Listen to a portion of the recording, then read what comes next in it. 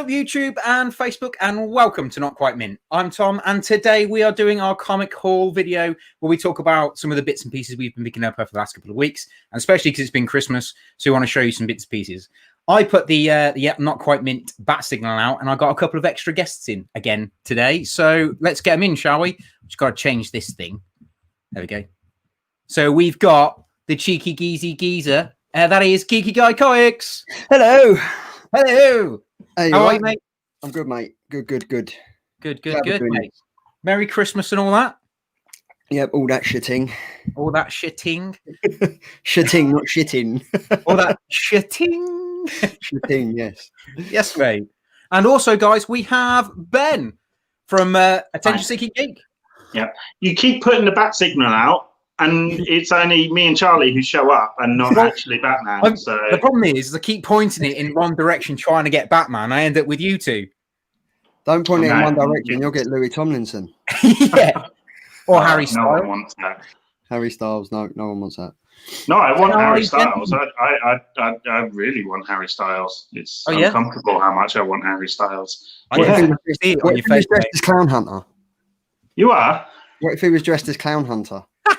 Oh, you're delving into a very dark area of my mind now. So let's move on before this gets really weird. And you haven't even done the introductions yet. That's what we're here, though, isn't it? We're here to get weird. Yeah, the Chic Geeks, as you call us. Geeks. Yeah. So Tom has created a group for us, and he's called us the Chic Geeks. Didn't ask permission before he gave us a nickname. Also spelt chic wrong, which is always brilliant, Tom. I put sleep to start with. And also, can I just say, Chic Geeks makes us sound like a girl band. That's what I was aiming for, mate. So I'm hoping it doesn't want to be in a girl band. I'm hoping it doesn't stick. I've always wanted to be in the girl band. Like, I had two sisters. I've always wanted to be in a girl band. You were in a girl band then, mate. Well, yeah, babe. Yeah. Good. So how have we both been during the Christmas period? Everything all right? All good. All good. Yeah. Good. Glad it's over. Yeah, it was a bit of a weird one, I have to be honest. It was. I caught your show, Geeky. I'm sorry I didn't join in, mate. It was a great show. So good. I'm definitely calling you lot the bread bins from now on. It was about as organised as Boris's speech. Oh, perfect. Yeah. And the same level of humour, I think, as Boris's speech is, to be fair. I thoroughly enjoyed it. I kept the suit on for the full duration. Then as soon as it finished, I took it off, and then I put it back on again and just walked around the house. So that beard wasn't real? You haven't just shaved it up? No, I dyed it back, you see. Dyed it back. He wishes it was white and not orange like it actually is.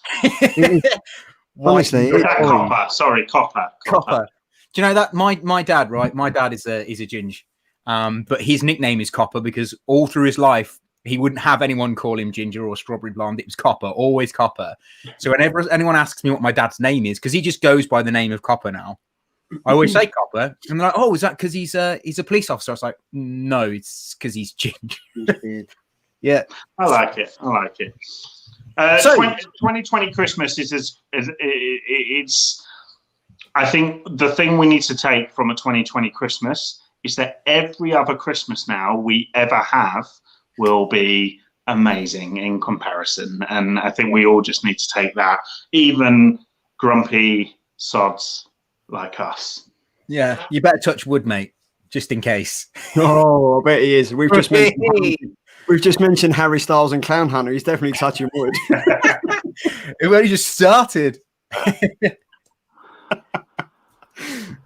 Oh, right. Well, first off, let's see who's in the chat. There doesn't seem to be anybody in the YouTube chat, but my friend Rich is over in our Facebook chat. So, hello, Rich. How are you, mate? Apples. So at least it's well, yes, I'll tell you all the story about Apple. So basically, we're part of a D&D group, and we played a game of Dungeons and Dragons. And basically, one of our friends tried to kick over an apple cart. And we kept rolling the dice till it happened, and then all sorts of calamity happened. We ended up kicking some poor kid. His apples went in the air. We tried to do all sorts of things. It got a bit ridiculous. It's one of those you had to be there moments.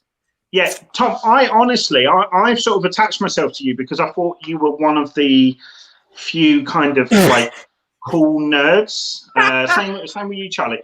now that I know that you play Dungeons and Dragons, I'm afraid you're going to have to be relegated, sir, because mate, I feel like there's a tier of geekdom, like and like Star Wars fans can bully Star Trek fans, you know, and we can all bully Harry Potter and Lord of the Rings fans, but Dungeons and Dragons, mate, you are down there with the Warhammers, I'm afraid. I've gone up in your estimations, Ben, because I love Pokemon. Yeah, well, mate, exactly. Okay, Pokemon's that's fine. I saw my Togepi today, and Luke from Hydra Collectibles, he said to me, why are you selling your Togepi? And I was like, I bought a Squirtle. Nice. So there you go. Don't forget though, mate, I'm in your little Digimon squad. We do need to talk more Digimon in the future. I feel like Digimon does not get enough airtime in this community, and I feel like we need to change that. Andy's here as well from Perpetual. What up, mate? Okay. I think Andy's probably the only person that comes here every single video. What a legend. Absolute hero. And you still don't invite him on. How rude. I'm gonna. I keep meaning to. It's just one of those things. I keep like trying to go and invite people, and when it's more than 3, it gets a bit complicated. It's a face you want to keep in the chat, let's be honest, rather than and if he's blindfolded as well, he's a really good drawer. Yeah, I saw that, mate. I'm calling fixed on that one. Suspiciously good. Right then, guys, do you want to show off what you've been picking up over, what you got or picked up over Christmas? Anyone want to go first? I'll go first because I think you guys are probably going to have a better haul than me today. Well, in fact, I know Charlie has a better haul than me, just in life as well. But yeah, quite slow because I'm waiting for my stuff from this week's books, which I don't know. Can we kind of discuss this week's books? Yeah, why not? So I've got Batman Annual on order, obviously, and I've got the entirely cover variant, which is beautiful. Hi, Hydra. Real name Luke. True story. Yeah, so I've got that on order. Now, have you read this then, the annual? Yes, mate. I have. But did you know that, like, so Dimond Comics, they're like they haven't brought any comics out this week, so it's a double bumper next week. Yeah. Oh, okay. Because I've been waiting for my Spider-Man 55 this morning because I really want the cover. I love it. I thought it was brilliant. So I was sat waiting for it. Someone texted me and like, I don't know my comics. I was like, yeah, neither have I. And then I realised that we're not getting anything till next week. Yeah. Well, I watched your weekly, video, Tom, and you said how that cover is probably going to be a key in the future. And I was like, you know what? He's not wrong. And I haven't bought Spider-Man for a while because it's been rubbish. So, but I thought, yeah, I need to pick that up. And I went to go and find it, and I just couldn't find it anywhere. And I was scratching my head. So, but I have managed to pre-order it now from Forbidden Planet. So it'll probably come in 2022. But yes, with that Clown Hunter story, did you read into it? Are they going to try and... I will be raging if this is the case.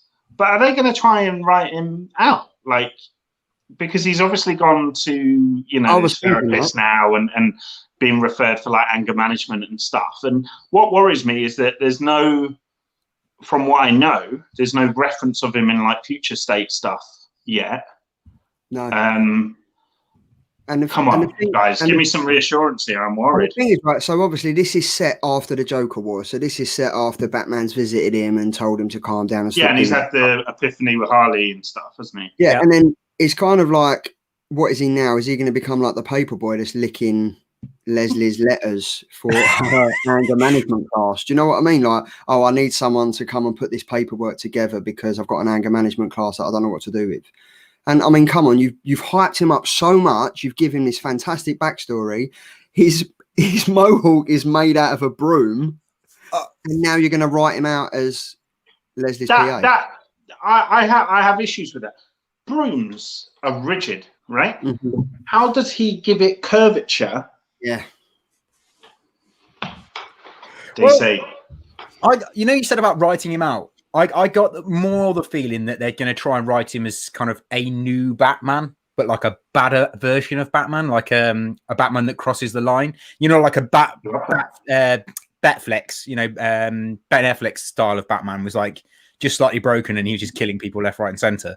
I feel like that's what might happen with Clown Hunter. I don't want them to write him out, and I definitely don't. I was waiting in the wings for a ongoing, if anything. Yeah, I think that could happen. But I guess it's one of those things like, what do you do with him if he stops killing clowns? Because then he kind of takes the title out of his name.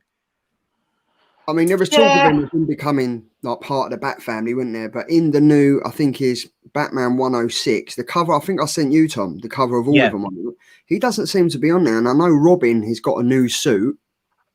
Now, are they evolving the Clown Hunter into like this Robin type of role? Because Batman seems to have invested a whole lot of time in trying to like wean him round, trying to talk the good to him and stuff like that. So, is that Damien's Robin on that cover? Yeah, so Damien's gone on, and he's left like Young Justice. He's left like the everything like that, and he's gone off on his own thing. I think in the Detective Comics, he has a fight with Batman, and they come to heads and stuff, and he's trying to find out. Yes, mate. Yeah, my blind. I've been demoted, Andy, mate. I've been demoted. You do look a bit like it's a witness protection interview today, Charlie. His last video didn't go too well. Oh, it brings back memories. But yeah, I mean, I thought it was good. I really loved the whole thing with his family owning the restaurant, and I loved the scene with Joker and Harley coming in, and it was kind of like one of those scenes that happens in between movies and in between events, because that's what villains do day in, day out. They waltz in place, they intimidate people enough that people offer them free dinners and stuff, and then people are left but Ben, I was confused about that. So the part where Joker and Harley come into the restaurant, when is that set? I mean, I presume it's way back when, because Harley's back in a kind of Jester-esque. That's what I was going to say, because during the Joker War, Harley and Joker, they're at two ends of the spectrum. So, it was way before, I think. And I think the Joker War was what made him snap, because Batman promised him that he would stop the Joker, and time after time after time, he didn't. But I will say this, that artwork... Sorry. Yeah, no. But I do love that character, and I really, really, really hope they stick with him, because I think he's one of the more exciting kind of characters to come out of Batman books. In if anything, I'm more excited about him than Punchline. So we'll see. Anyway, so I've got that coming, and I've also got Ghost Rider: The Return of Vengeance. Good book. My read of the week. I did like that. Yeah, I like that. Really, really good. It was so like unadulterated, like cheesy 90s, like heavy metal, but kind of also camp at the same time. Camp heavy metal. Oh, I mean, just the kind of the way they got him chained up. Michael or whatever his name is. The way he's sort of chained up was so like S&M. And metal and camp, and I enjoyed it a lot. And I think that character, it was so great, the kind of manipulation that he has of that one character that kind of helps him get to where he needs to be. And there was just loads of great one-liners and great kind of kills, and it was just I just had fun. It was proper nice bit of escapism. So I have also got, so that's coming, but it's the nullified version. Oh, okay, yeah, very nice. This is a beautiful cover. What I have got is a facsimile, because what's Ben without a facsimile? No, facsimile. I've completely forgot to put my sparkly jacket on. You've got a what? Oh, it's your New Year. It's my New Year sparkly jacket. I also now feel like a game show host. That's his missus. Yeah, Stephen Mullen. In for a penny. Very nice. I haven't got anything remotely glittery in my life at the moment. But yes, so facsimile of Gambit's first appearance. Uncanny X-Men 266. Really, really cool book. Really great story. Kind of iconic, really, for X-Men fans. Never going to be able to kind of afford the original, so it's nice to be able to pick that up. I got Star Wars Adventures Annual. I think it might be Annual 1, you know, I'm not sure. But this has one of my favourite unknown Star Wars characters to a lot of people, and that is Jackson, who I am a big fan. You are? Is he basically Bucky O'Hare? Hey, Bucky O'Hare wishes he could be Jackson. He is a really, really fun character, and his origin goes back to the original Marvel Star Wars comics way back when. So, yeah, it was just it's kind of a kid's book, that. It's, I think Disney kind of funded it. It's an IDW book, not actually a Marvel book, who do all the other Star Wars stuff. So it is quite kid-friendly, but I actually think it's quite universal in its appeal. So that was very, very good. And lastly, carrying on the hype train of Disney Plus series and how those series might affect certain comics in terms of kind of making them keys and value and things like that, I got myself the Vote Loki #1. Nice. So I read this series when it first came out. I think it was probably about 3-4 years ago now. And it's, I mean, it's as Loki as they get. And it looks really cool that they're going to kind of homage that in the series in somehow. Anyway, all we've seen is kind of the image of Loki kind of in his green waistcoat, and he's got the Vote Loki badge. So, I think this is going to go up in value. Yeah. As that comes out. That's pretty much it for... Oh, no, saying that, do you want some toys? Yeah, go on then. Sorry, collectibles. I bet Charlie's going to show his. No, HeroClix. I've peeked. Okay, this is a dupe HeroClix. I don't know whether that's going to come in focus or not. Where is my camera? Oh, come on, focus your thing. It's focusing your face, Ben. Yeah, it's like, there we go. Ben so much. I'm pretty much dupe anyway. He is my spirit animal. But yes, this is a dupe HeroClix, which comes with his cosplay. knuckle dusters and everything. Honestly, if I wore like black trousers and just painted my body green with an X on my belly, I would love to see that. I would love to see that in 2021. Well, guys, in the comments, we can get that going. Hashtag dupe Crampton.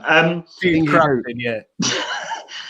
And this is a tease, this one, because I've literally only opened the figure this afternoon, so I've still got some pictures that I want to put together and stuff. And I bit the bullet, and I finally bought myself a mask, Dark Toys 1/6 scale mask. Mate. So this is the accessory that comes with it.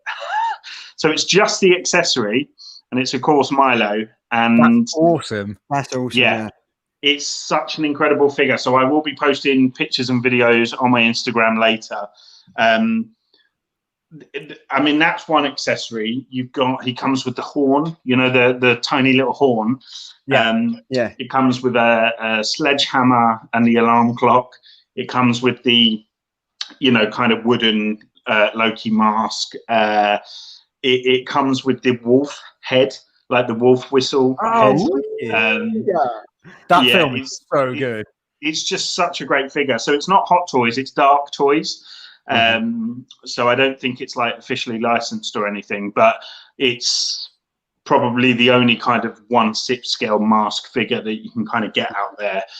So it's been on the list for a while, and I kind of finally found it at a price that, you know, I was willing to pay. So that's come through the post. So do tune into my Instagram this evening, and I will try and post some pictures and videos of that. And that's me done. Very nice, mate. You didn't mention Iron Man Doctor Doom. Oh yeah, I haven't got that coming though. I haven't ordered that, but I'm not massively into the cover, you know. I was looking to see if there was like any kind of variants. but it's a bit of a goofy. I mean, it's a very goofy book, but I think the cover deserved a little bit better. I mean, even if you had, you know, the nullified Santa on the front, you know, I think that would have sold like absolutely hotcakes. Oh, yeah. I mean, I put it as my panel of the week. Just that, oh my god, they've nullified Santa, because it just made me snort. It was brilliant. It was really kind of tongue in cheek, but it's a really good Iron Man, Doctor Doom story. Doctor Doom's very doom about everything, and very patronising and stuff to Tony Stark, and it's really good fun, and it's kind of one of the first tie-ins that's actually a tie-in, because Namor 2, again, I was expecting it to finally start to link in, and it kind of doesn't yet still. Yeah, Namor is annoying because it's been billed as a tie-in, and it's been like said, it's going to be a massive tie-in. It's got huge kind of implications to the fact that Namor and Null have come across each other beforehand. That I've not seen at all in 2 issues. Like, what's that all about? No. How many issues have we got to wait to find out how they met, or how he even crosses in? Yeah, it'll probably be revealed, but in the main book. Yeah, I think so. And you know what the thing is, a lot of people probably put that on their pull list, and then you know they're getting mugged off. So as me and Charlie would say, I didn't bother with it. Jake? No, it's not. It's a cape. It's Charlotte's grandma's jacket. Charlotte has a funky grandma. Oh, mate, grandma we call her. She's amazing. Oh, we've got a grandma as well in our family. Very good. See, separated at birth, mate. But yeah, that was pretty much me, really. Awesome. Yeah. Charlie, what are you saying? Well, right, so first of all, I did pick up the one after watching Wonder Woman 1984. I rushed out to Smith's Toys, right, because it was down from $15.99 to, I think it was like $16.99 down to a tenner, and I got the Wonder Woman figure. Nice. I haven't unboxed it yet. I was going to do that. The McFarlane Toys one, is it? Yeah, it was down for £10, and it's pretty decent. But her face looks shocking. Her face doesn't look anything like her. But that's a shame, because McFarlane Toys always do really good head sculpts. And it really doesn't look like her, so I picked up that yesterday. But I managed to go and get click and collect, and I picked up these, right, for £3. Oh, nice. Oh, nice. I love that cover so much, you know. I got number 1. Number £3 for all of them, yeah? Number 2. Oh, right. Okay, not each. So no. £3 for the whole lot. £3 for each. 3. And 4. It's a good deal, mate. Yeah, that's a very good £3. And then I did get like a kind of a massive haul. So these are not in any order. This is the 2020 end of year show. It will be 2021 end of year show by the time. Aquaman 65. This has been on my pull list. I haven't read any of them. Right, classic. 65 every comic collector. 65 issues in, haven't read one. Right, there's that. King in Black number 2. Oh, I like that cover. It's nice, isn't it? Very cool. Yeah. Who's the artist? Don't say Variant. Don't just say Variant. Variant's a very good artist. No, it's worth it. That hair has been conditioned to an inch of its life. Definitely.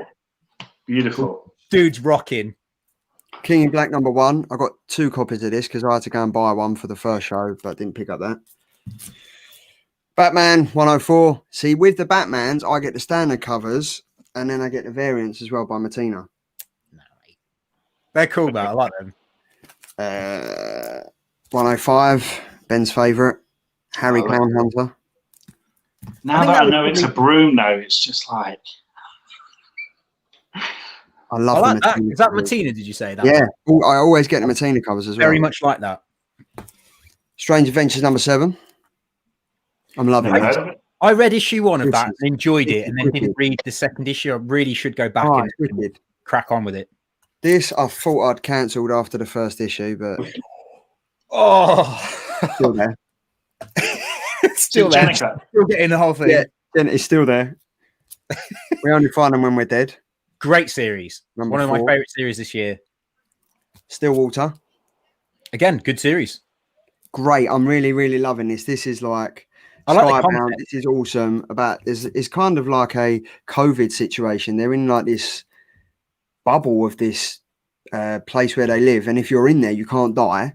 Nothing can happen to you. But if you step out of it, you're dead. No, this is just a week's haul. Like honestly, like, we've got Year Zero, number 2. I've not read that one either yet. Yeah, Year Zero. Venom 31. Love that. Anyway, MJ can talk. They slab this many books in, once a week. But this is like, so I can't get to my comic book shop every Wednesday. So I go like every 2 or 3 weeks and get smacked with like an 80 or 90 pound bill, which I need to stop doing it. Smack you in the face with it. It's literally like, here's your invoice, enjoy. Strange Academy. Now, Tom, we spoke about this. Dormammu, he is Mate, insane. it's in my notes. Loving him. 7 Secrets, Great series. number 5. Guardians of the Galaxy. You've been reading any number- of the secrets, 7 Secrets? No, first no. reading, mate. This is such an awesome cover. Yeah, that's cool. Is that from Crossover. the recent one? Recent series? Yeah, this is the most recent one. Yeah, Lift Off, and then I think the one number 10, crossover number 2. Now this one wasn't in my pull list, but they put it in there anyway. And then when I rung them and said I don't really read this, they was like, "We'll just keep it as a Christmas gift." And I've read it, and now I'm suckered in and bloody ordered the rest of them. That's why they do it, mate. That's what comics Looks a bit saucy. Yeah. It is. It's Mirka Andolfo. She's the artist and the writer.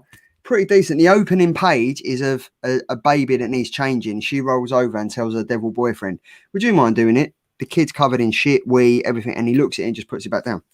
Excellent. Just what Another everyone one- does. It sounds like a standard morning with myself and my wife, to be fair.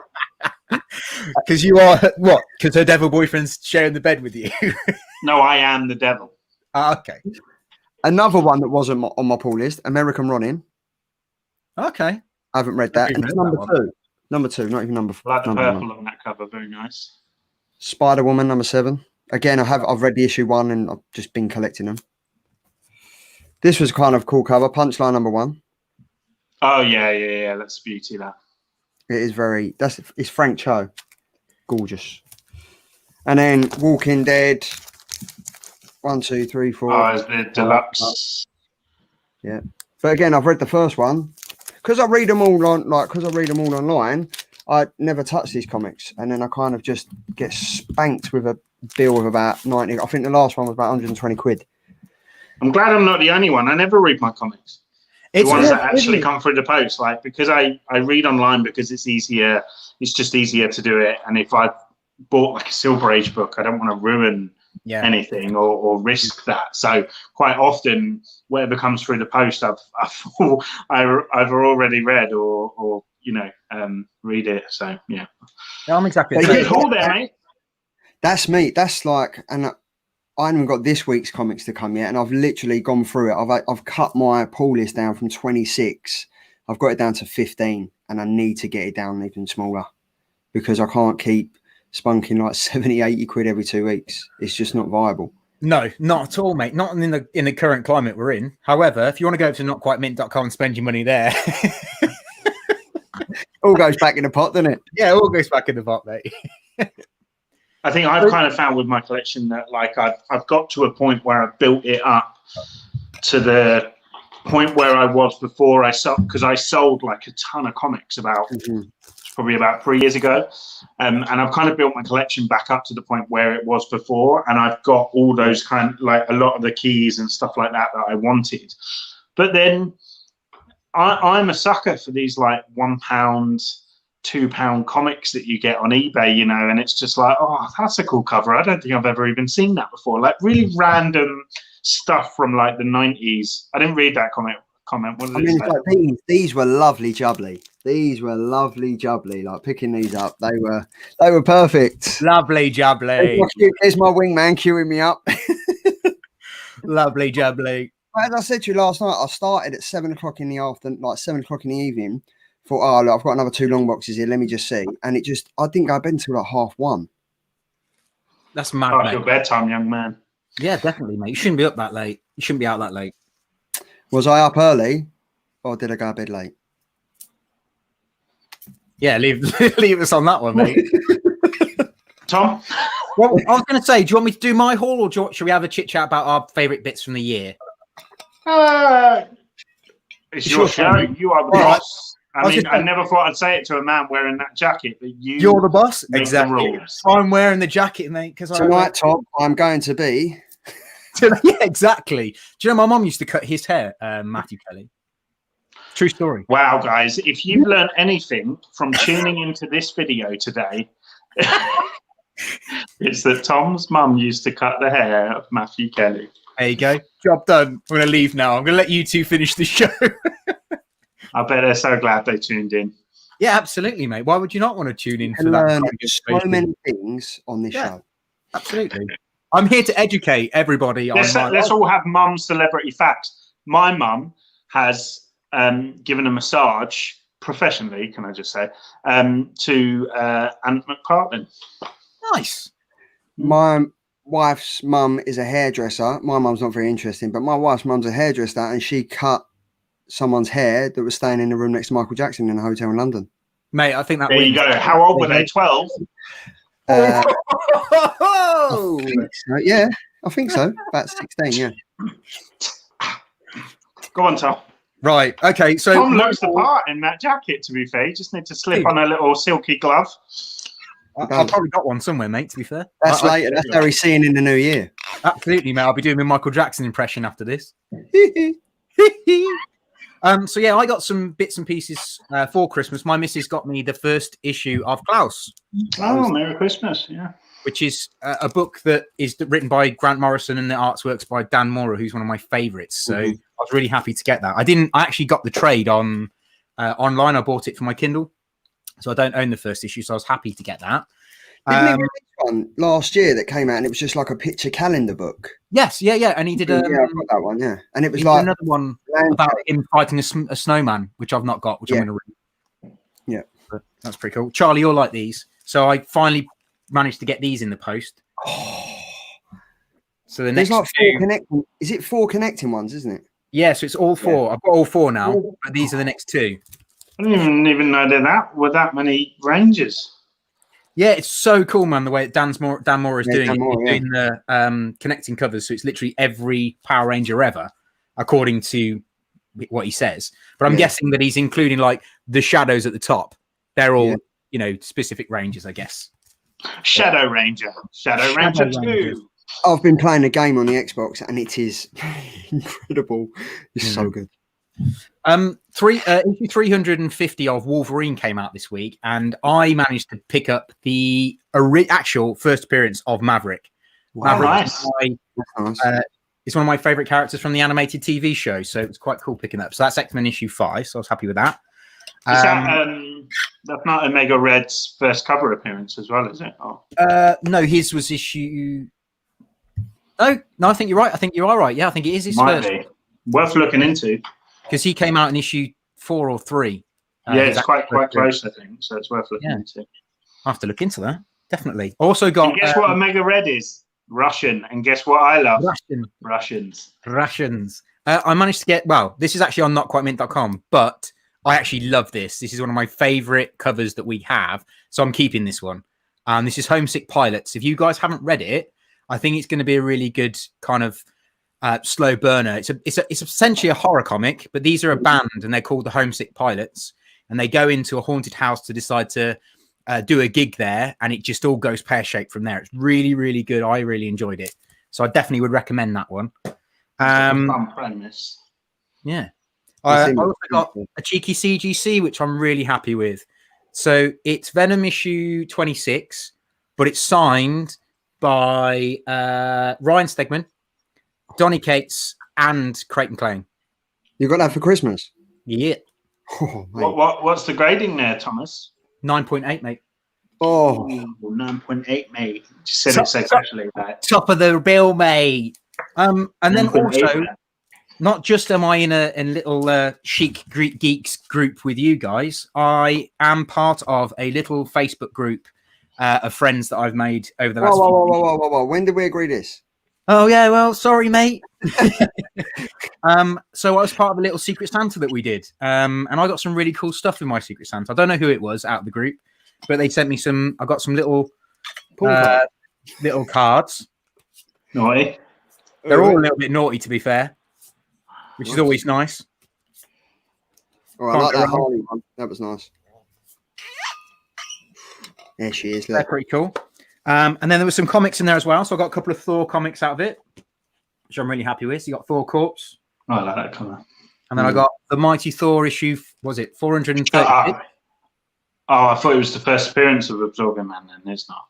No, I don't think so. It's also it is a great story. That great cover and great story.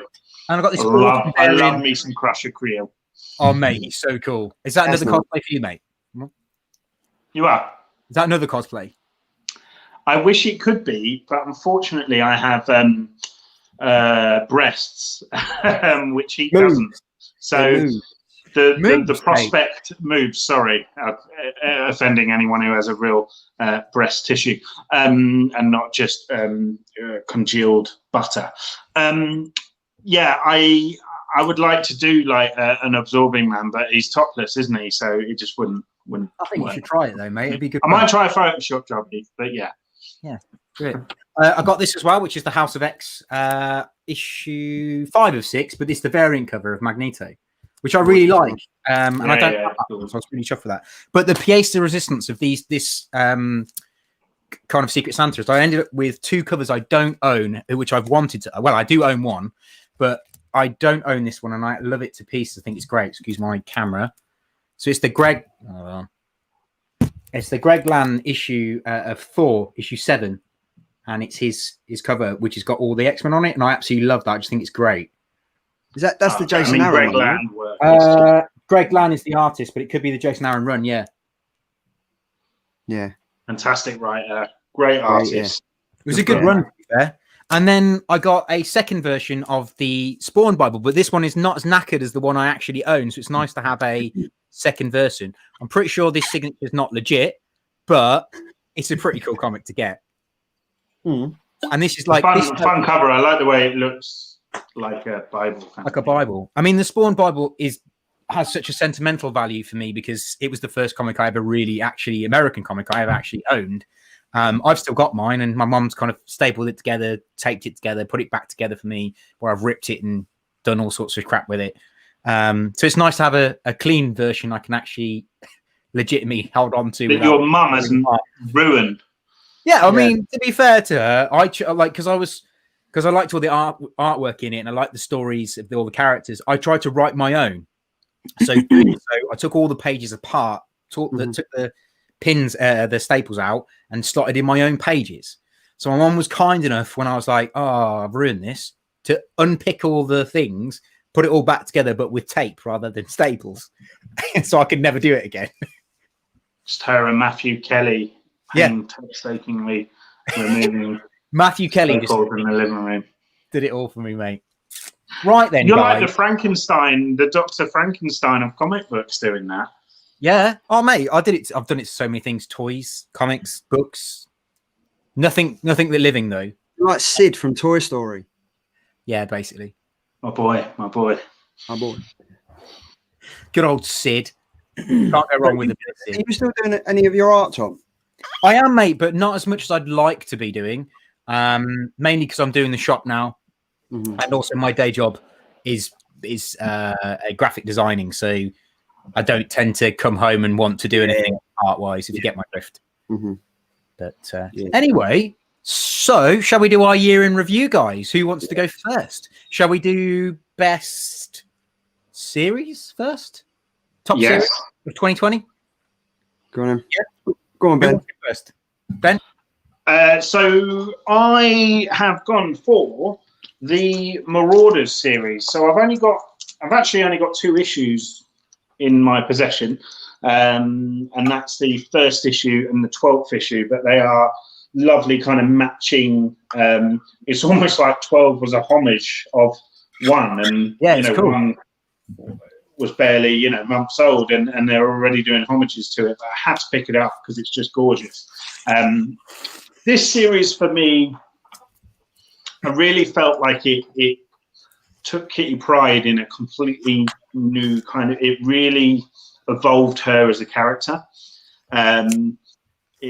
in terms of her spirit and the way that she kind of leads herself. So that was kind of brilliant. Just the prospect of her kind of not being allowed in Krakoa and kind of serving as a pirate, you know, for the X-Men, and then the fact that they were kind of so shameless about it that they kind of literally dressed her as a pirate, which sounds terrible in terms of the idea when you say it out loud, but it's just kind of brilliant. Like, she looked aesthetically, she looks so cool in that kind of Captain Hook red coat that she's got now. I love the knuckle tattoos. I love that she just like went to get a tattoo and then snogged the tattooist. That was sexy. There's a lot to celebrate in this series, you know. I think that's just her. If you look at characters like Pyro, I think Pyro is quite often in the past, he's just been the goon or, you know, the henchman or whatever, and he's been quite simple as a character. And again, I think this series has evolved him as a character, but also aesthetically with the kind of skull tattoo on the face, which again sounds like it shouldn't work, but it does work and it looks cool. You've got Iceman really kind of coming to terms with the new him as well, because he's gone through some big character changes with his sexuality and things like that. So that's been really enjoyable to kind of witness as well. Storm is always like 5-dimensional as a character, so that's always great, as is Emma Frost. The Killshore thing was brilliant, you know. We had the interlude of X of Swords, which was terrible, but as soon as that finished, then the first issue back, they kind of wrapped that Killshore thing up, and it was just brilliant. It was like complete girl power, you know, as girl power moment as you get. So that was awesome. Issue. It is just a great series. Also, it reintroduced the character. I cannot remember his name for the life of me, but he's like Emma Frost's stylist now. And he's a mutant that's got like various arms. He basically looks like me in a fur coat with loads of piercings. So that's cool because I really like that guy. I need to try and remember his name because I am quite fond of him. Yeah, it's just been a good series. It's just like the artwork has been so consistent. And I think it's Edgar Delgado is the artist and Jerry Duggan is the writer. Really strong creative team, really good comic. Yeah, I can't fault it. It's been my favorite of all of the kind of X-Men stuff, and ironically it's been the only series that is set off of the island of Krakoa. So I would have to agree with you, mate. I think Marauders is one of the better ones. I mean, I quite like X-Force. I think X-Force is pretty good, but I think that all the others, apart from the main X-Men title, are just a bit meh. I mean, Excalibur is awful and it's not got any better, and then X of Swords just kind of ruined all the X-Men titles for me, in all fairness. So did you read X-Men like I said earlier? No, I didn't get around to it. I ended up walking the dog. If anyone in the comments has read X-Men and cares to send me a message explaining what the hell is going on, that'd be greatly appreciated because I am proper confused. Something to do with Cyclops, the Summers family, and kind of not being allowed on that island, but now there's this other island linking to the X of Swords, and it's still there, and they're gonna come together, or they're not. I don't know. It's more confusing than the tier system. Cheers, Boris. Thank you. Yes, that is my pick anyway. Marauders. Cool, Charlie. Your pick? Venom. It has to be Venom. And I think obviously that we spoke in depth about it. I think Venom Island was the worst of the run, but I think for me, I only started reading Venom during the first lockdown, so I blitzed it from issues 1 to where we are now, and I kind of got hooked, was into it. The artwork was phenomenal. I really like the fact that Donny Cates has kind of evolved Eddie Brock into like this father figure kind of thing, so it kind of tied like I was really interested in it being a father myself, so I really enjoyed that. But for me, Venom Beyond, I really enjoyed that run. It was the way that I think it was it was the futuristic kind of thing. We see Eddie Brock's wife in a future state coming back, and it was all kind of tying it all together, building up with all the mechanics of how everything was made and how Venom in the future state, he's this, but he's not that. And then Dylan plays a big part of it. I just thought the Venom run from to where we are now has been consistently great. And I think that's down to Donny Cates being sensational at what he does. I mean, yeah, don't get me wrong, there has been a few issues where you're kind of like, these are just stocking fillers. They was quite unnecessary. But for me, Venom Beyond was one of the big parts, other than the start of it, Venom, like the start, I think 1 to 12. This was awesome. Yeah, I agree, mate. I think the Venom Island, the least you say about it, the better. However, I do think the way that Donny Cates has written Venom is the best version of him as an anti-hero that there ever has been in the books. I think they've done some good jobs with Venom in the past to try and make him an anti-hero for you to fall in love with him as a hero. Yeah. But now I feel like Venom is one of, he should be an Avenger. He should be one of the good guys because Donny Cates written him that way. And you fell in love with him all over again because you feel for him as a father figure and the fact that he is trying to do the right thing. He is trying to like make a bit of a comeback, as it were. I like that. And I think Venom Beyond was great, where you got to meet his wife and see how he died in their aspect. She became Venom. I thought that was pretty cool. And it was joked about in the King in Black Iron Man Doom. It was joked about the fact that Venom is kind of considered a hero now, and that Iron Man, is obviously trying to save him. And Doom's like, well, would you try and save me? It's like, well, no. Save me, yeah. But I completely agree with that choice, Charlie. To be honest, that was kind of up there for me anyway, because after the Venom Island stuff, it's just gone better and better. And the Venom Beyond stuff shouldn't have worked because we all knew Null was coming, and it could have felt like, it's similar thing to like Rogue One with Star Wars fans. It's like what's going to come, you kind of know what's going to happen in the film. So why should you get invested and why should you have a good time? But you do get invested and you do have a good time. And that comes down to kind of really good writing and art and storytelling in general. So, good choice, brother. Yeah. And again, very good choice. It ties into King in Black now because he's gone from being this anti-superhero to everyone's fighting his cause. Tony Stark is absolutely gutted that he's apparently killed him. And then he's like, oh my God, we've killed like our new hero, like he's being played as this new Avenger and stuff like that. So I'm really interested to see how it panned out. Like, it's going to be interesting. Actually, that probably is my only criticism of this whole series. Is issue, is it 31 or 30, where he's just falling? The whole issue, he's falling. That did annoy me a little bit, but the character development in that one issue of him going through his past, the fact that as he's falling, he still tries to save someone's life, is kind of the developments all in one go, in one book that you've gone through from all 30 books you've gone through with Venom. I thought that was really well done, actually. Just annoying that how tall is that building, in all fairness? The longest, tallest building ever. Yeah, absolute schlong. Schlong of a building. I think it's worth saying as well that I definitely think the casting of Tom Hardy and the way that the Venom film plays out has influenced the way that people look at Venom now as well. Yeah, true. 100%. I think comics obviously reflect films to a certain extent anyway to help sales and things like that.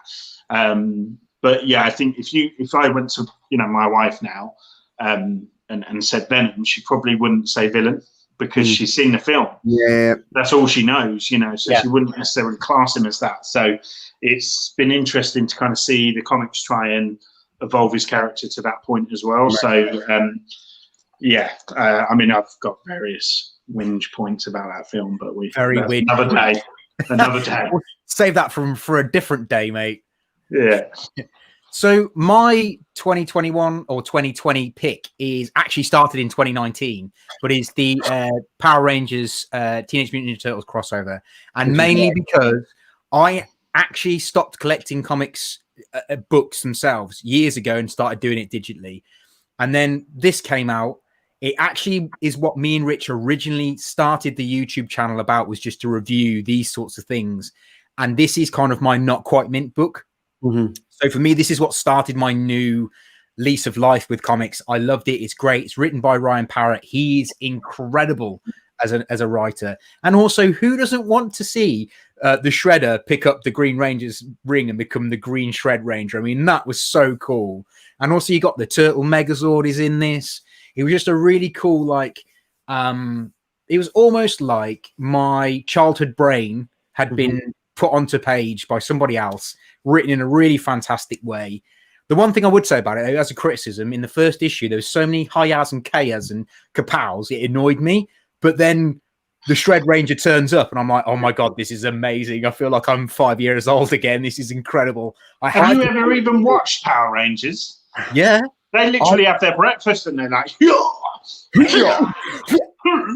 I just want to see more of Shredder and Rita Repulsa. Like that part mate. shouldn't work. It shouldn't work, but yet it does for the short period that it does. Yeah. I mean, read this, you know, Tom. Dude, I would. This would be my 100% recommendation for you, because as a kind of going forward, once I've read this, I went back and reread all of the Teenage Mutant Ninja Turtles done by IDW. I read all of the Power Rangers done by Boom, and I'm now a humongous Boom fan, considering the fact that I started off as just Marvel and only Marvel. Now Boom Studios is one of my favorite publication companies in the world. Like, I think they do great shit. I mean, I remember reading the Teenage Mutant Ninja Turtles Batman crossover, Batman animated series crossover, and that was an absolute riot. And then recently we've had the Transformers Back to the Future thing, and it literally is like when you were a kid, you had your toy box, and sometimes you'd experiment, and you'd pick up one from there, you'd pick up one from there, and you know, you would create these stories in your head. So these comics are just they're not meant to be anything more than fun. Yes, and that's nice to pick up and escape sometimes. Did you know? So this has come from Ross Richards. So obviously, Teenage Mutant Ninja Turtles is IDW. He's really friendly and pally with the creators and the owners of IDW. Power Rangers was based on that because you have Teenage Mutant Ninja Turtles, Mighty Morphin Power Rangers. Yeah, so they partnered that together to make that work. And I found that pretty interesting that you've got these two iconic 80s TV shows, and you've built the comics around them, both literally having four titles all together. It's so clever because it's the same sort of that thing, isn't it? You've got the team. Each team has a color. Each team member has a very extreme version of personality. So you've got the angry one. You've got the clever one. You've got the I don't know, fast one. Yeah. I ran out of ideas. The green one, the red one. You've got the green one. They're all green in the Teenage Mutant Ninja Turtles. They just you know what? I'm tired. It's the 31st of December on 2020. I'm tired. You've had enough, mate, have you? I'm done. No, I will pick that up. Literally, I'm going to go on eBay as soon as this finishes and see if I can pick up first issue. And do it, mate. I read it originally digitally, and then I went back and I bought the only one you can get from each store, which is the helmet. Yeah, and it's Shredder holding the helmet. He's crushing it. See, I collected the turtles holding the helmets. Yeah. So I've got like this all the different bandanas hanging down onto each different helmet. Yeah, that's cool. I think they're normally on your wall, not on your blinds. On my blind, no, they're not on my blind. Charlie's blinds. Charlie's blind. I really want a Power Ranger helmet. Now, Hasbro have the Red Ranger helmet they've made. Yeah. They've made the White Ranger and the Green Ranger helmet. I'm waiting in the wings. So if anyone from Hasbro is watching, because they probably are, please release a Black Ranger helmet immediately. Thank you. Ben, have a look on Sona Toys, and I think they've got them on there, sonatoys.co.uk, and you can use my pass and get, I think it's like 15 or 25% off. If they've got them. Have a look. Oh, look at that little. Look at that. Mate, you should say the stuff off camera. Come on, you dodgy geezer. Have a look, mate. Right up the back of the van. Such a Del Boy. So, do we want to do best character or best cover first? Ooh. You're the man in the shiny jacket. You tell us. I'm the man. Okay, should we do cover first, and then we can have good discussions about characters. So, Ben, you went first last time, so we'll do Charlie first. Yeah. Yeah. Okay. Cool. So I was torn between these. Well, I'll put both on, mate. Yeah, I mean these are awesome. These are great. Like it's just intricacy of the artwork. Like as a Power Ranger would see the rest of the Rangers, this is it. This is the reflection of what a Power Ranger does be. Now, I know in the recent run of Mighty Morphin All Power Rangers, there's some sensational artwork in there. I think, Tom, we've spoken about it, how you would see the transition of one helmet going into the face, and you can see the reflection and stuff like this. These covers are insane. Like, there's some great artists out there. There's some great variant covers out there, but these, for me, just stand out. And the Power Rangers as well, which I'm absolutely loving this year, so. I think Hydra's in it, mate. No, the thing Luke is referring to there. So we were at a convention, and Luke from Hydra he's got like a homemade red Ranger helmet, which is like pretty similar to the Hasbro Red Ranger helmet and stuff that you get, life size 1-to-1 scale. And we lined up and got it to get it signed by Bulk and Skull. Awesome. And they basically just absolutely ripped the piss out of the quality of the helmet, like right in front of Luke's face. It was so awkward, but they were hilarious. Like if you have never met those actors, like I'm pretty sure Bulk and Skull are just made, like the characters were made because of the actors. Because they are just an absolute riot to me. So yeah, that was a little anecdote for you there. Thank you very much, mate. Going back to your covers, Charlie, these are incredible, mate. In all fairness, like I had the opportunity to try and pick up these for Not Quite Mint, and I decided not to. Why? I wish I had. I'd already got one on the way, and I didn't really want two of the same book with different covers. But then I kind of changed my mind. I wish I had, because these are awesome. I think they're brilliant. And I want that White Ranger. I think. Yeah, guys, this has been very dangerous for me, this stream, because I'm getting on eBay after this. A lot of eBay stuff going, mate. But yeah, that is, and it ties in. I've loved Power Rangers this year. I love Mighty Morphin, and so I had to pick this. This is just they're amazing. They are incredible. It's funny, isn't it? We could almost do a full episode on like reflection covers. Yeah, because that is. And it'd be interesting to kind of look back at the tradition of the reflection cover and see where that kind of spans from, and then you kind of get it on like movie posters and things like that. It's like its whole own thing. But yeah, great choice. Yeah, very good choice, mate. Very good choice. Right then, Ben, here's yours, buddy. Cliche. A very cliche choice from me, and I am sorry for those that are like cliche, mate. Johnny Cates is so like cliche. It's just here's my cover. Unfortunately, I didn't get the. I'll get rid of the overlay. You're going to bring your own book, God. Well, some of us came prepared. No, keep the overlay. It's gorgeous. Did anyone get the secret variant, by the way, with the? I think it's got the female lead character on the cover instead of cover on the cover. Goggles on, isn't she? Yeah, it's basically it's cover B on the cover of the cover he's reading. Basically. Yeah. But this completely. So I, as you know, am not really a indie comic book reader. I'm very kind of right-wing Marvel and Batman. That's kind of, I find it really hard to stray elsewhere. But this was something that completely captured my imagination. Like I came across it really through this community and how everyone kind of was building up a buzz about it, through the community. And the cover, I just think it's great. It almost, that's how it feels as a comic book reader every time you open a good book. And I know that's a bit soppy, isn't it? Does it really feel like? Yeah, that's how it feels. You are completely escaping. You are, the artwork, the story smashes you in the face, and everything else you cannot see because you are blinded by the brilliance of comic books. And that's what this cover, I think, sums up. And I'm also a little bit of a closet goth. So I love skulls. I love skulls being used in any kind of aesthetic.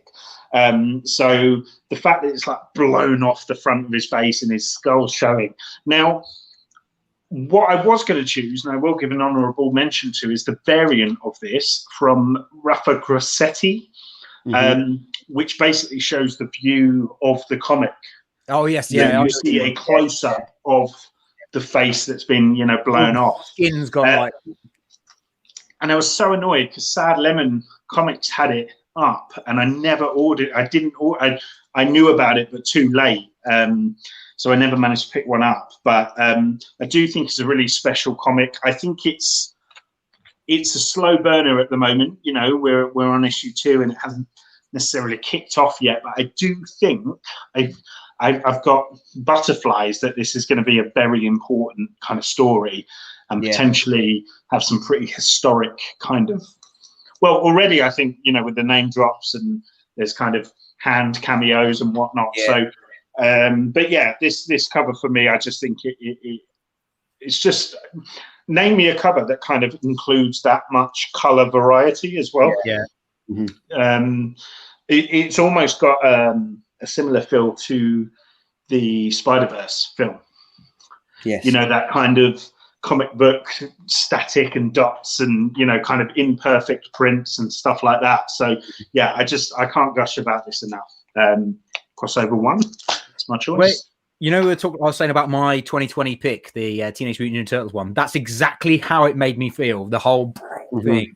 And the whole my missus tries to talk to me sometimes when I'm reading, and I just have no idea what she's talking about. And then she'll say to me, "Oh, I told you earlier," and I'm like, "I don't know, I was probably reading." And they say, "Oh yeah," and you responded. You said yes. And I'm like, did I? Did I? I was reading. I was having an out of body experience. He's woke up, everybody. He's here. Good morning, GP. Good morning, Pete. Good morning. Good morning. So my cover pick is Batman Beyond issue 40, and this one is done by Francis Manapul, and I just absolutely love this cover. And I think it's from a graphic design point of view, I like the two-tone black and red. I just don't think you can get any better. It is such a good cover. I had to go out of my way to buy this bad boy because it came out and it became quite a big thing because it was her first reveal of her identity, of who she is and what her backstory is, being Batwoman, Batwoman Beyond. So I had to actively try and look around to find this because it was just like rocking horse shit. It was ridiculous. But I managed to get it. I got one. It's definitely one of my favorite covers this year. And like I said, I think it's from a graphic design point of view that kind of, I like having negative space and stuff. So the fact that it's a lot of black negative space and then it's just a hint of red and grey that pick out the character is just stunning. But yeah, what do you guys think? Honestly, I think it's so impactful. And they say don't really judge a book by its cover and stuff. But if I was reading that, I would get. That's an amazing cover. It's insane. I'm not a massive fan of Batman Beyond myself. No. I quite like the series. You are? I quite liked the series. It's a shame it's finished, but it hasn't got the legs that all the other kind of series have. It's just not got that. I don't know. There's not enough oomph in the writings. No offense to the guy who wrote it. I think it's Dan Jurgens.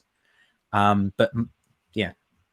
I mean, for me, it's hard, isn't it, when you're kind of detached from the character in terms of not really caring for the character. But aesthetically, it certainly stands out. I think it's one of those books that you would kind of not go looking for myself, find in a shop, and then. How do I do that? How do I show that? How could you mock that? Like that looks wicked. How do I get Charlie on full view? Well, yeah, I can't mock the helmet, but I can mock the guy next to the helmet all day long. Two helmets together. Two helmets together. Sorry, Luke. Love you, mate. We love you. But yeah, no, it's not a bad choice, Tom. But I think it's quite a left field choice for you, to be honest. I wasn't expecting it. Well, you stole mine. I wanted to do a crossover, but it doesn't matter. I thought you would have gone. Lose you lose, brother. I thought you would have gone for a boom.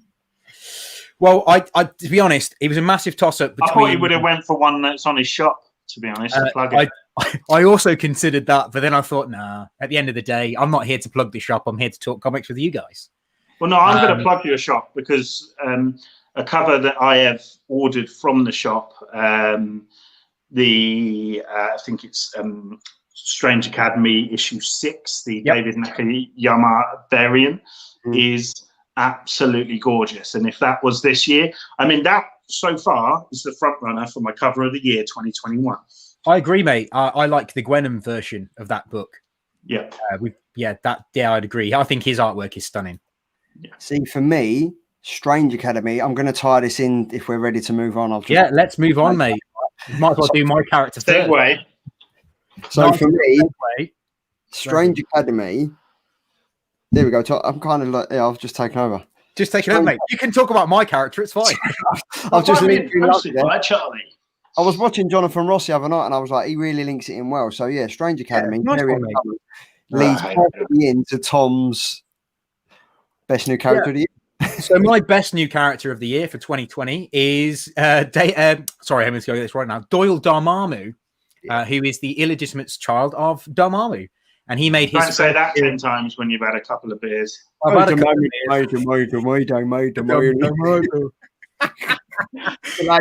do that. Next Comic Con we can actually all get together for. We should definitely do that. Deal. Or should I said Doyle? Doyle, yeah. So he made his first appearance in Strange Academy issue 1, and for me, Strange Academy as a series is my second favorite series. Well, no, probably third favorite series of the year. I thought it's so good. It's full of first appearances. It's got a real old school X-Men feel about it because you get introduced to new characters. They're learning their abilities. It's kind of cool. I think, Ben, you said it's very similar to X-Men and Wolverine in the X-Men. Did you say? Yeah, I need to get over that because it's been the main thing that's put me off from kind of getting attached to the Strange Academy story. I read the first issue, but I don't think I really gave it the time of day that I needed to. So I will revisit it. But for me, the whole thing just feels like a big kind of, too much of a similar story and setting to Wolverine and the X-Men. The artist is one of my favorite artists. It's Humberto Ramos. Oh, mate, he's so cool. He is literally one of my top 5 artists. And then Scotty Young, I love Scotty Young stuff as well. So really, there's no reason why I shouldn't like this series, but I do need to revisit it because I have kind of, when you just develop those things where you're like, no, I'm not interested because of this, and you just kind of, you sit on your high horse and doesn't matter what people say, you don't listen. But I need to have a word with myself and go back to it because you guys, I value your opinions. Thank you very much, Ben. Well, this character in particular is one of the best parts of it. And as a character, he starts off as like really arrogant and a bit like, the jock at school who like just kind of takes the mickey out of everyone. And he's the guy at the back of the room. You think, what an arsehole. That would have me at school. Anyway, he then turns out really quite sensitive, and he's a really cool character as it goes on through the series. I'm not going to spoil it for you. I won't give you anything else because I think you should read it, mate. I really do. Great. Definitely great. And he's got a fantastic cover as well, variant cover. For issue 4, I think. Yes, because I almost picked that one as my to show, but then I just thought I'd go with this one because it's him on his own, as it were. Yeah, because each character's getting their own variant, aren't they? Yeah. I think they're done by Arthur Adams, and it's the character variant. So each character will have a cover at one point. I think they might just be like 1 in 25 variant covers, but each. I mean, Arthur Adams is just one of those like staple artists. Oh yeah. You know you're going to get something great when you go to him. But yeah, no, it's a cool character. I mean, Dormammu, he's a legend, isn't he? So it's quite interesting to see kind of how Doyle compares to his old man, I guess, in that respect.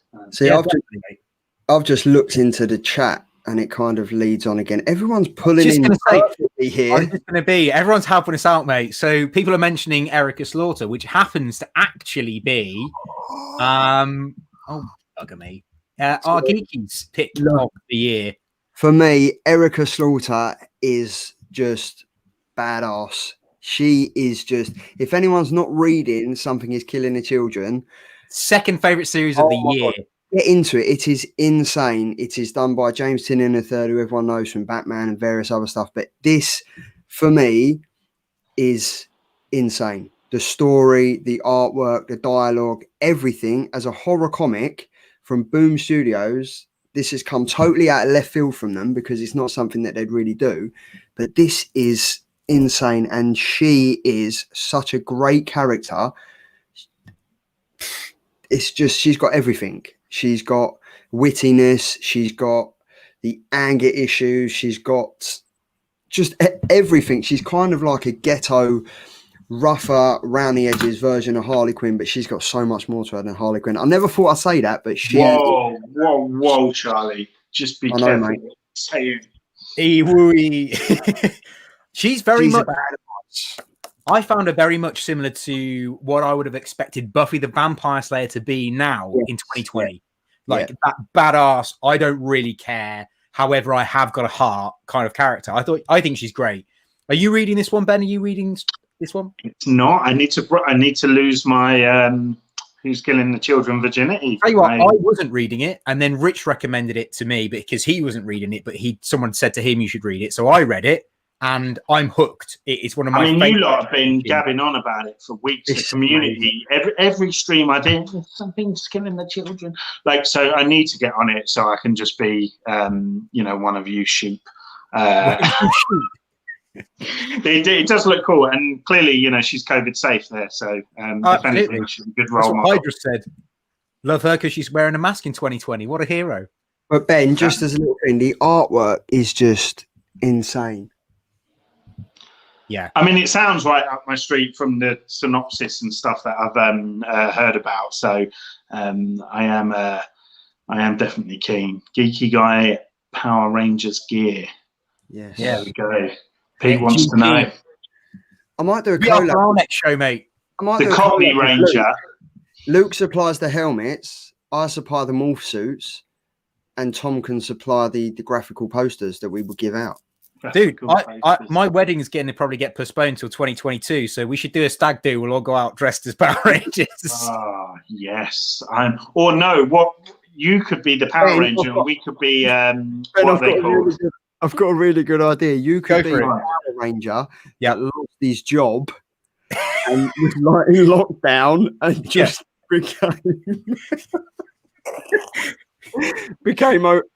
became bigger than all the rest of us because he was on lockdown and we couldn't get out and we couldn't move around a bit. So like just a big chubby. We'll be putty men. We'll be putty men, and you be the Ranger. I can abuse you all night. I'll be the baby Ranger. I'm only 5'2", so I can be the. Saying that, I have got a bit of an urge to put together a Rita Repulsor. Well, we could always get Rich dressed up as Lord Zed or Goldor. I've always been compared to what's the? Do you remember the pig? That he had no body. His body was just the face of a pig. Oh, and he had like a fork and a knife and a mohawk. Funnily enough, I always got compared to him at school. No, in Power Rangers. I will send you a picture, and you will probably die laughing for the rest of the night. We've kind of touched on one already. Yeah, well, we've been touching him on all night, apparently. Let's touch him some more. I know Ben wants to touch him some more. There he is, Harry Clown Hunter. Look at that. Is that the 1 in 25 George Jimenez variant? Not 1 in 25. No, this is the. Yes. 1 in 25? Yes.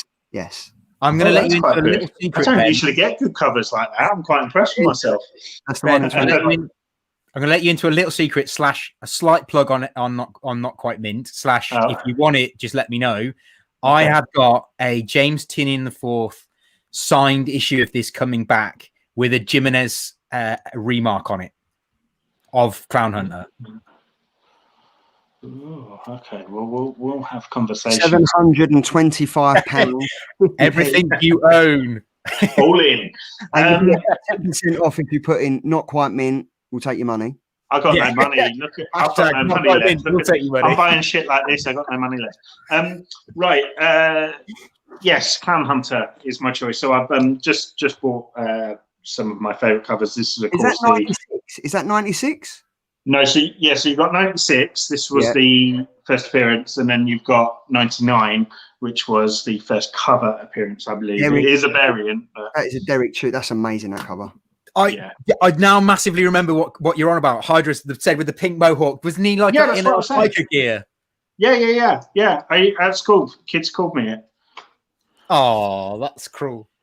It's very cool. The reason I chose Clown Hunter, I mean, I've kind of touched on it earlier, but I think I always love that kind of punky character, that character that has a bit of an attitude. I love a character that has vengeance behind them.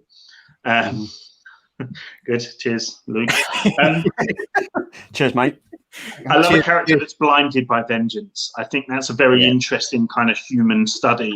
So, of course, Mr. Castle being probably the most memorable, but you've got Ghost Rider, Wolverine, probably a lot of comic book characters. But yeah, Clown Hunter is obviously one of the newest ones of that. I love that it's almost like he is kind of rebelling against Batman as well, and against Batman's failings. Aesthetically, I think the design is fantastic. You know, I love a bat. I love Harley Quinn's bat. I love Colonel Stars and Stripe and his bat. I'll buy it just okay. Hey, if anyone knows Luke, he is a monster. But yeah, so he's our monster. Luke, stop distracting me. I'm gushing about Clown Hunter, or Bayo. Bay. I need to know how to pronounce his name because I don't want to mispronounce his name. Is it Bao? Bao. Yeah. Bao. Okay, good. We don't know. Bayo, Bao. Yeah. But yes, we could ask. He's just great. He's just I really love the kind of punky, Sex Pistols aesthetic, and the bat with the batarang kind of wedged in the end of it is just really cool. It's just really kind of raw, and you get a lot of Batman characters now that have all the gear, full of kind of technology and gadgets and things like that. And he's kind of just going back to the roots of like a comic book character, someone who's just picked up something and, taped it around their head, spray painted a clown mask, and I love that. As a cosplayer, that's something I can relate to. And I mentioned Colonel Stars and Stripes bat, but I think there is something very kick-ass about Clown Hunter. He is almost that kind of cosplayer gone that one step further, and it's a really fascinating thing to look into like real news as well about like vigilantes and stuff in America. Like it's a legit thing. I mean, the guys are obviously mentally ill, but which we can all relate to. But it's just I think he's just struck a chord with me, and I love Quentin Quire as well, as anyone knows me knows, and I think he's kind of got a very similar look and feel to him as well. And the Batman Annual just made me relate to him more.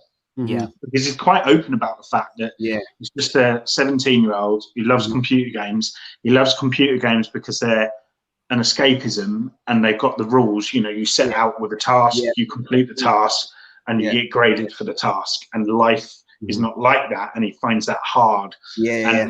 That really kind of, I was a bit like, oh gosh, like, so that was cool. And if you notice in the Batman Annual, the game he's playing, the two characters that are fighting, I think one of them was called Massa Hawk or something. Yeah. Can't remember, but it made me laugh. But both characters, there's a lot of influence in what he wears. So he's just a kid, It's kind of one of the characters. Was it like Neo or Sadomasochism or something? Yeah. I just thought he's a great addition. If DC are watching, which of course they are, please carry on with his character. Keep pushing him, because I genuinely think he's got a big fan base out there, and it could be good for the books, which are in trouble, I think, from a lot of people's point of view. So, Awesome. Thank you for that, Ben. You're welcome. I've got a couple of other notable mentions, but I do realise that Charlie has got family connections. I've got 10 minutes. You've got 10 minutes. All right. So do we want to talk the brand spanking new Spider-Man outfit? I've got 5 minutes. He's got 5 minutes. He's out. See you, mate.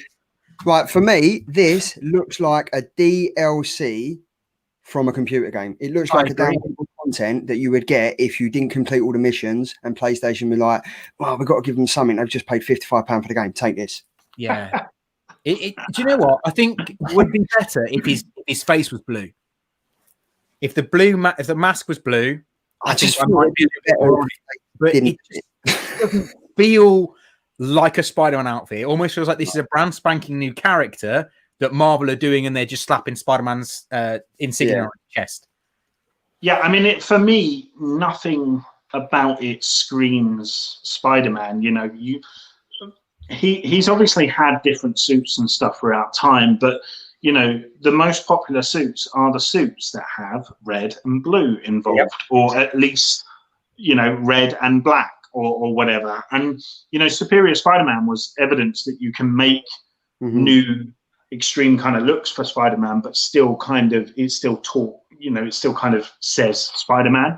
And the problem is as well, I think Spider-Man's books have gone down in popularity, you know, myself included, in recent years, because you kind of lost the, you know, the kid on the ground, you know, the friendly neighborhood Spider-Man. You know, we've lost that because there was a whole Parker, you know, in industries and things like that.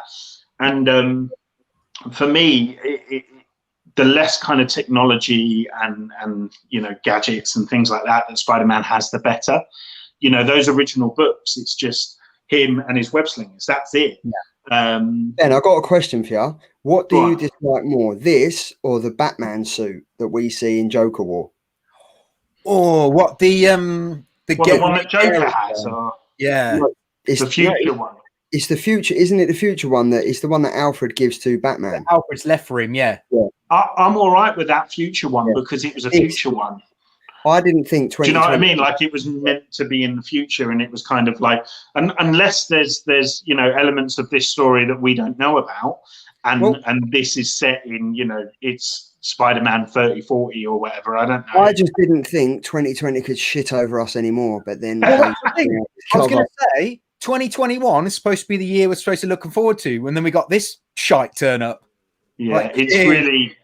I haven't seen any kind of fan talk in a popular light of this. You know, it really is this fan. I mean, even the kind of the way the ears are, is that almost like the ears are protruding, or it's like I just don't understand the whole suit itself. Like, I know they did the stealth suit a few years back, which was black, and then it had the green kind of. But people hated that. People hated that. I didn't mind that. I think this is worse. This is awful. Like, this is almost like he's wearing a helmet, which just isn't really a Spider-Man thing. And then what's with the orange? For some reason, I don't think orange and grey go well together. No, like, not saying that I'm an expert or anything, but I don't think orange and grey go well together. I just think the whole cover is just a mess, a hot mess of burning piss. Wow. Agree. That's why all the buildings are yellow in the background. Exactly. Buildings of burning piss. Marvel have just pissed all over us with this cover. Jeez. Thanks, Marvel.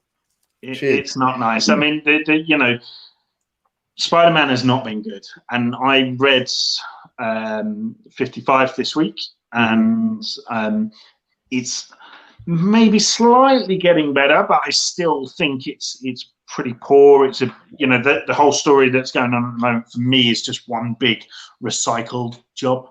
Like, I would agree, mate. This what is it? Something Sins, is it?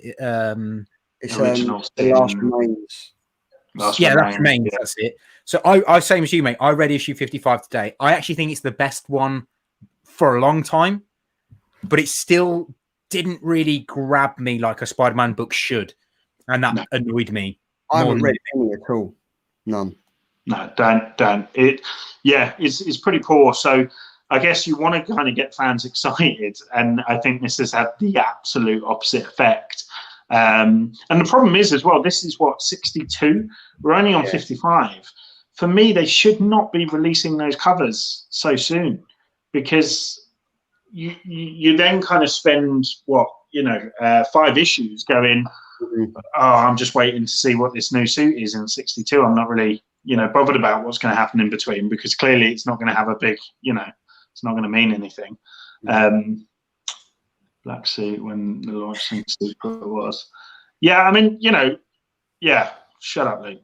Yeah, I actually agree with Andy from Perpetual. I actually do think this is very similar to the Erratic suit. And it is almost like Spider-Man is doing a poor version of Erratic. And Erratic is a great book if you've not read it. Yeah, we were speaking about it last time. I still need to. And the cover's also available on Not Quite Mint. I wasn't going to say it, but yes, it is. .com. .com. Lovely jubbly. So whilst we're on a bit of a negative run, I've not seen this yet, but I know you two have. So do you guys want to talk Wonder Woman? I liked it. I thought, there was some scenes in it that were like, yeah, all right. But I kind of jumped on a bandwagon and went and bought a bloody action figure because I liked it so much. And Gal Gadot, she's hot. And yeah, I liked it. It was cheesy. It was obviously Patty Jenkins is female writer, so it's very female led. The actresses are very at the forefront. It's a very female led movie, but I enjoyed it. It was all right. And the fact is that this is meant to be to the prequel of the Justice League and Justice League and the Batman Superman. This is at the prelude of it, so I was kind of confused about that to begin with. But I thought it was a fun movie. There's worse movies out there. I enjoyed it. Are you ready? Yep. Yeah, mate, I'll have the sound effects in the edit. There was nothing. Charlie's only got 4 minutes. He's going to have to log off halfway through this rant. No, I mean, for me, I was really excited about this because I do think the first Wonder Woman film is probably one of the stronger, if not one of the strongest kind of DCU films that they've done. Yeah. Firstly, I think the DCU is beyond repair. And I think you should, DC's success now is based upon them dissociating completely from any kind of DCU, which they did in the Joker, and look how incredible that was. Yeah. This film felt like it was made in the early noughties. It's very basic, it's a very basic superhero film. For me, I didn't really invest in the Steve Trevor kind of love story in the first film.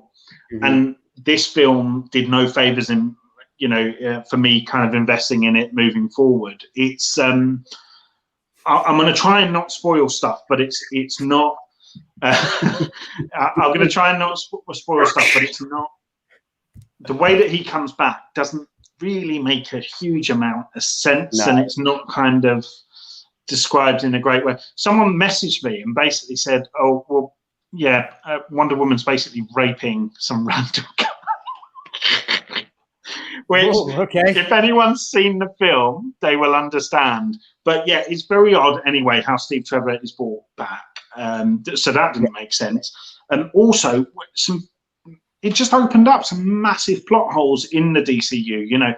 How can we have the Batman Superman film, Superman, Man of Steel and stuff, and they never refer to this massive global event that would literally change the world forever. It's not even referenced, so that didn't make sense. They even mention Wonder Woman as Wonder Woman. I don't think they do. They just mention not really. And she wasn't exactly keeping it a secret. She's running down the street. Do you know what I mean? She's there in the shopping centre. Do you know what I mean? It's not like she's very covert. Tom ain't seen it. Don't worry. I was supposed to go on Saturday, but we're not going now because of Boris. Well, basically, Cheetah recognises her straight away as Wonder Woman. Yeah, so she's she hasn't even built up. That's one in many. The thing is, you mentioned about Patty Jenkins, and for me, I actually think she fails on account of kind of portrayal of strong women for this. There's the heroes in this are only really Wonder Woman and Steve Trevor. We kind of don't really get any kind of ensemble cast. And the joy of the first one is you had, oh God, what's her name? Etta, who was Wonder Woman, friend. And better late than never, noob. Oh, morning, noob. Hey, noob. So yeah, that I think she actually failed on that, and I really think Wonder Woman doesn't show a huge amount of kind of dimension in her character for this. You know, we obviously get the kind of flashback scene back on. Guys, help me out here. What's her gaff called? Terran Mascara. Mascara. Yeah. So, but other than that, it's kind of not really. There's just lots of plot holes. I mean, Cheetah as well. Can I just say, it was such a, and I go back to saying that it was like a noughties film. You know, it was so kind of basic. Her character, you know, just seemed to kind of change like that in terms of like the way the character would act, and it wasn't really kind of, you know, it didn't brew for long enough. You know, we didn't get to kind of see that dark side enough at the beginning. The CGI was terrible on that Cheetah stuff. Like there's maybe one shot where Cheetah looks great and she's in the water, I think it is, and that's because she's wearing a practical suit and it's makeup. One or two shots, that's it, and the rest is CGI and it looks pants. So I would have rather have had less but have more of an impact by it being practical effects. The one thing I will say is the main villain, played by Mr. Mandalorian himself, Pedro Pascal. He was fantastic and was very compelling, and I think he was more of a memorable villain than the first one. But again, things aren't wrapped up enough for me at the end. You know, there's gaping kind of it wasn't great, and I wanted it to be great. But as Charlie said, I think it is fun. I think I could have watched this, you know, as a 13-year-old boy and absolutely loved it. It would have been the greatest in the world to me. But as a cynical 31-year-old, you know, I can find various holes in it. So yeah, that's. I'll channel my inner 15-year-old boy when I go. Yes, you won't struggle with that, mate. If you want to watch a film, it's easy to watch. Don't read too much into it. There's no continuity with the DC and anything like that. Gal Gadot in a gold suit. That's about it. Happy days, mate. To be fair, though, Geek, both me and you are massively into Power Rangers, so this was always going to be a part street. Exactly. And as GP Venom just mentioned, it is Goldar. It's a fit-looking Goldar. Yeah, exactly, mate. 100%. So and why on that note, Goldar won't fit in the first place? Goldar won't fit. On that note, let's end it on a massively good point, shall we? Like on a high. Shall we talk, or at least a little bit before he disappears? Shall we talk Last Ronin, Teenage Mutant Ninja Turtles? What absolute amazing year! I loved it. What a book! We've only had the first issue, right? I'm not missing something. Yeah, only one yet. Yeah. There was there was 42 variant covers out for it. Yep. So good. And for me, it's kind of sparked my. I've got everyone. It's got all of them. For me, it sparked my my love and my desire to start kind of properly picking up Teenage Mutant Ninja Turtles every time it comes out. You know, I feel like it's a really good kicking off point as well. Like it's nice when you have a story that's kind of brand new and doesn't necessarily you don't need to know the 30 years of history that comes before it. You know, the Turtles, everyone knows the Turtles, everyone knows the basics of the Turtles. Yeah. And this story is kind of a great, you know, launching pad for anyone to read and enjoy. And yeah, I mean, I'm just absolutely hooked. I cannot wait for the second issue. Yeah, me too, mate. I mean, me and Rich spoke about this right at the start when it first came out, or was first hinted it was coming out. And I didn't realize that Peter Laird and Kevin Eastman actually talked about doing this back in the day when they were doing Mirage. So this is like a big thing for them that this has come out, and they're like rolling with it. But I remember saying to Rich, like, how awesome would it be if the actual Last Ronin that's left isn't your Raphael and it isn't Leonardo, because obviously they're the obvious two, that it's either Donatello or Michelangelo. I mean, I was like, it's got to be Michelangelo, because out of all of them, he's the one that's like your kind of kiddie character who nothing can affect him. He's all about love and, you know, pizza and just enjoying life. If he was broken and they did a book about him being broken, how kind of cool / awful that would be. And when he comes to the end of that book and he gets mentioned, I actually don't think they're saying that he is Michelangelo. No, they don't. I think it's a case of he's woke up and gone, oh, Michelangelo. Oh, okay. I'm not sure now. I've reread it and I'm not sure if it is him.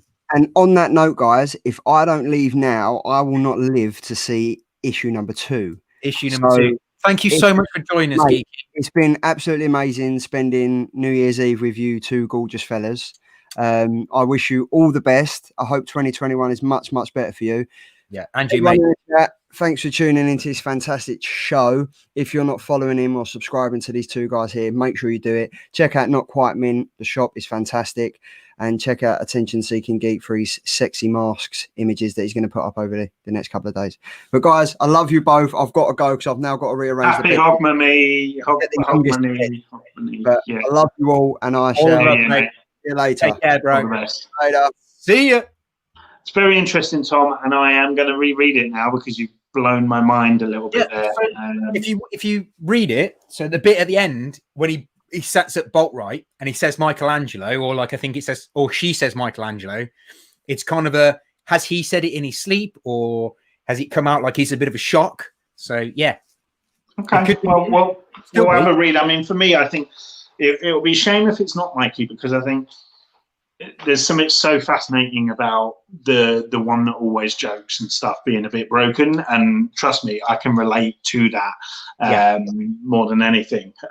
So yeah, I really do hope it is Mikey, because I think I mean, this story probably naturally lends itself more to Raph, I'd say. Yeah, well, that's what I thought. I thought naturally, or Leonardo, be the one. Yeah, like those two, I think are kind of the natural ones that would be the last ones left. Raph, you know, it would be like a vengeance story, and Leonardo, you know, it would be the shame that he's let his team down. Like a redemption story. So yeah, really interesting if it is Mikey, and we'll have to wait and see. Oh yeah, definitely, mate. I mean, I think it probably is Mikey. I'd hate it to be Raph. Not that I don't love Raph, but I'd hate it to be Raph because he's the obvious choice. Yeah, I would want it to be Mikey or Donnie, because obviously, and I think we kind of already seen that in the books with you know, when he gets all the armor and stuff, and in the animated movie, TMNT or whatever. Like, so yeah, this needs, for it to be completely original, I think it needs to be Mikey. Yeah, absolutely, mate. Absolutely. Well, that actually brings us to the end of the show. I mean, he's left a couple of seconds early. I couldn't have waited. So he couldn't have waited. So anyway, guys, thank you ever so much for joining Not Quite Mint tonight and being a part of our New Year's special end of show. I'm going to pass you over to Attention Seeking Geek so he can tell you what he's got coming up on his YouTube / Instagram / whatever it is that he's currently doing. Yeah, YouTube, I'm done for now, so unfortunately I won't be on YouTube, but there's a real focus on my you are apart from on here. Did you hear that? Oh yeah, you can. I was going to say you could hear the tears of thousands. No, I will of course be appearing on Not Quite Mint. Is it every other week to do the haul videos and stuff? So the guys are kindly asking me to come on and do that. So I will be inflicting myself on this channel and various other channels every now and then as well. I'm not loyal. I'll literally go anywhere anyone asks me. Oh my God, broken. But in the meantime, you can go to my Instagram, where I will be posting my favorite cover, favorite read, and favorite panel of the week every Wednesday evening. And I post various kind of comic book acquisitions, figure acquisitions, and Photoshop cosplays as well, which hopefully in the back end of 21 can become real cosplays at real conventions, but we'll see. But for now, yeah, Photoshop is my friend. Photoshop is always everyone's friend. Yeah, so thank you ever so much, mate. I really appreciate you coming on the show. I mean, it's very, very nice to have you, and we appreciate you coming every single time we ask you to. What a legend. And thank you to Geeky as well, even though he's not here for the end of the show. Massive thank you for him joining us. I mean, it's always good to have him on board. Guys, please make sure you subscribe to this channel, because in the next year, we've got some really cool stuff coming up. And I actually have got a brand new intro, which I'm going to drop in a second to show you some of the things that we've got coming up. So, whoa, yeah, make sure you subscribe to the channel, smash that dingly bell so you don't miss any of our content. give us the like, and yeah, leave us some comments below. And everybody that's in the chat, happy new year, guys, and thank you so much for coming along and being a part of the show and chatting and having a bit of banter with us. It's been awesome. So Happy New Year, everyone. As always, stay safe, stay sexy, and see ya.